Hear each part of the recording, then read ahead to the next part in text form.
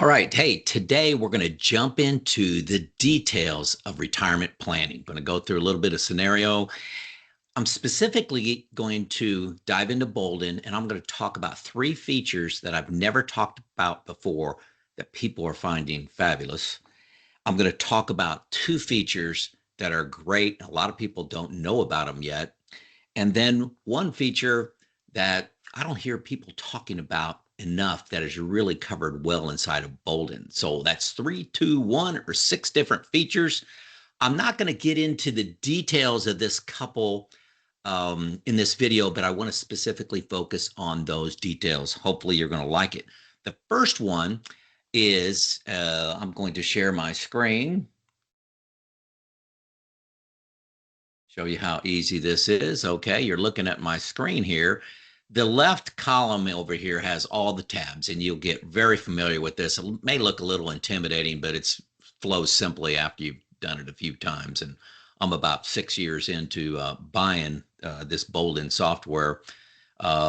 Second link below, get free 2 weeks. After that, it's $12 a month. So, hey, we're going to get into Social Security cut. What if there is a Social Security cut? So we're going to go into income here, and here's the Social Security. I'm going to hit this down caret and model a cut in, or model a benefit reduction in the future.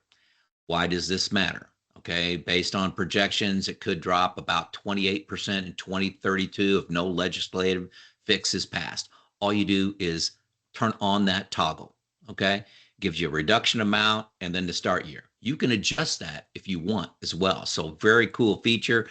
And then you could look at the rest of your plan, look at your Monte Carlo, look at your cash flows, all that kind of stuff from that with that model. So I'm going to turn that back off. Okay, so the next feature is the cash flow chart. This is brand new. So the Social Security is brand new. But let's look at cash flow. Lifetime cash flow. We're going to hit that tab. And you could see year by year, we're starting here in 2026, the orange is expenses and the green is income. So you can see things are, how it goes through life. But that's always been there. Take a look at this chart down here. This is by year, what's happening with your money. Where are your, what are your expenses? No, your expenses, sorry. I'm looking at too many things. Your expenses are over here, and here's where your money is coming from. The left side equals the right side. So let's just click and drag across the years, and you can see how this chart changes. See, it's changing as the years go by. You still got some work here at the beginning. Work's gone now, and you're going into a savings drawdown.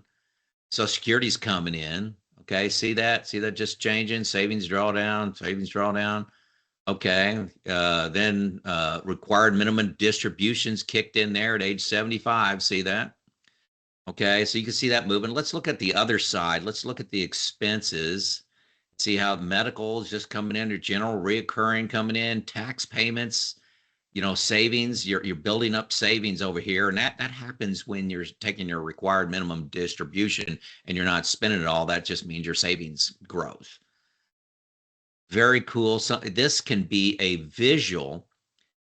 All of this is available through the charts and other tables that are available, but this can be a visual what's going on. So once you think you have everything set correctly, you can model it and see year by year and notice if a surprise comes up. Oh, I'm like, for example, here at the very end, capital gains taxes come in.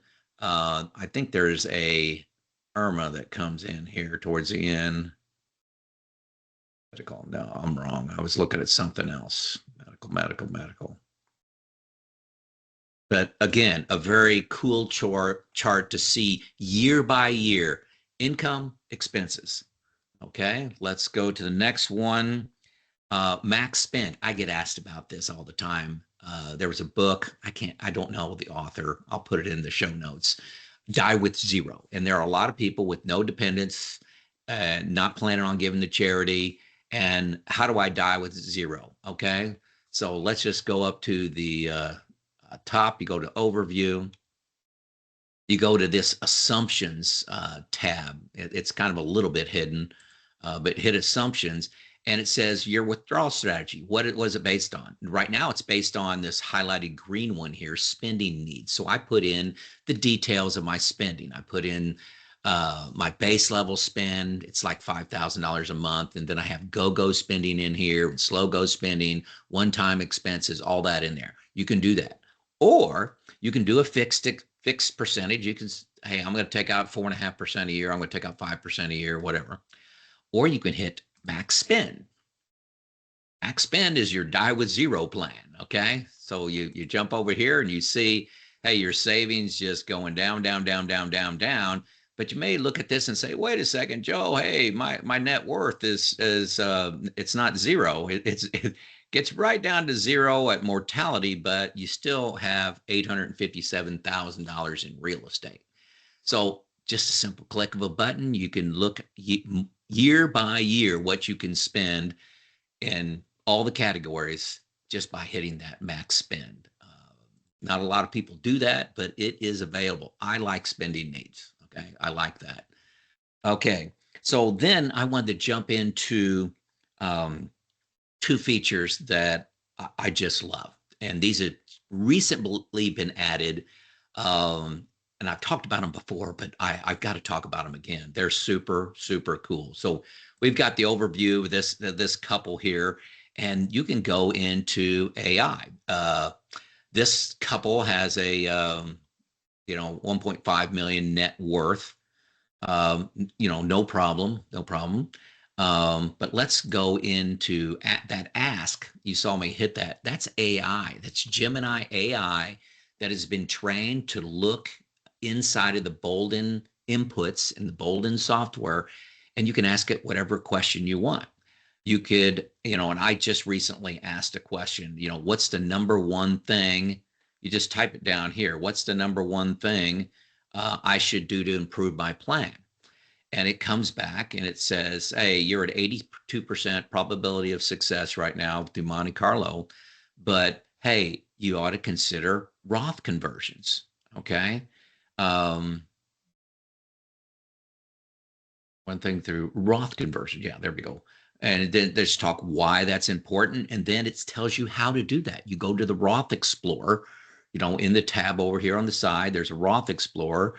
That's just what it says to do. So you can also type in, let's say,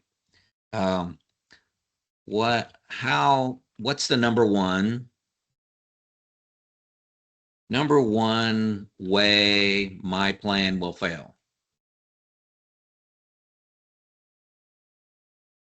What's the number one risk out there? Let's see what it says. So it's reviewing, updating, and it just comes up and takes a few seconds. Based on current data, number one way your plan fail isn't a single crash, but rather the combined impact of under-optimized income and tax burden. So it's back to that Roth discussion. Hey, you got a tax bomb out there, suboptimal Social Security timing. Hey, you're taking it at, you and Lisa are currently taking it at 65. They say, hey, push it out. It'll be more stable income and, less market drama won't affect it as much because you'll have higher income that's fixed.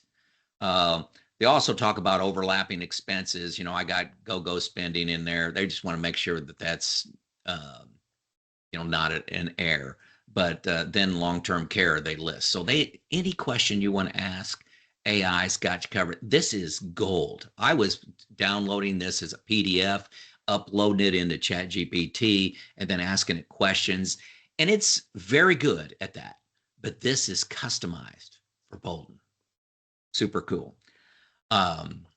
Next, I want to go in. Okay, so that was AI. The next thing I want to go into is I want to look at guardrails. I talked about this before, and this is just gold. This is gold here. You hit the guardrail button, this automatically comes up. It says, hey, your safe spending target right now with what you've got in for, this year is 75-41. and your planned spend is 7,800. Okay, well, there you go. It comes out and says, here's your net worth, here's your investable assets, not net worth, 1.1 million. And then it set a guardrail at 988. It says if your savings fall down to 988, we propose a haircut down to 6922. If your investments grow to 1.6, we suggest you increase your spending. And this is year by year. And you may say, you can ask, how do guardrails work? Down here. Okay, you see where I'm at? How do guardrails work? And it'll come out and it'll say exactly how they said guardrails. This they consider, while that's clicking there, safe spending, which is up here, is an 80% Monte Carlo. 80% Monte Carlo.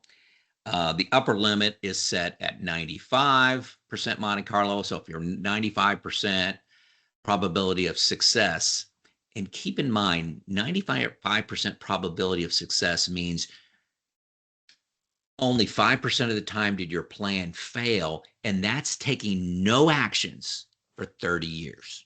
No actions. Come on, folks. You're going to take actions every year.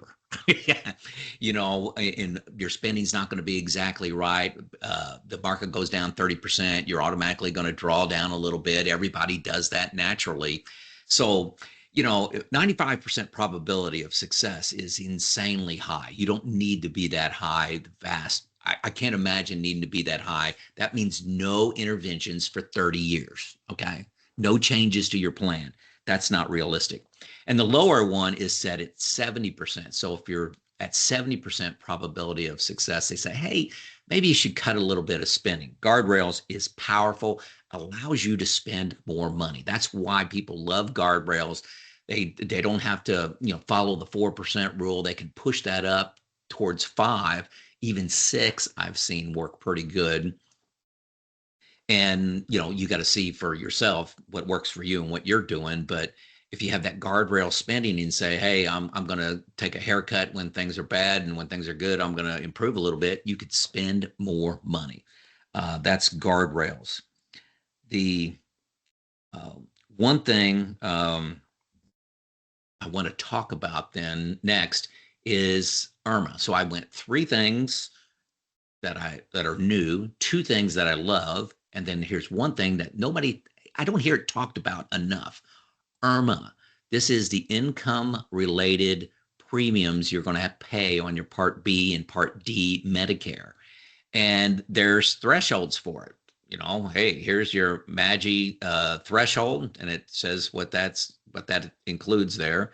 For married filing jointly, because they know I'm married filing jointly because of this software, it's 218,000. You don't pay anything. Okay. You get over that, you start paying these additional premium amounts, and man, they start at 487. This is per person now. This is per person.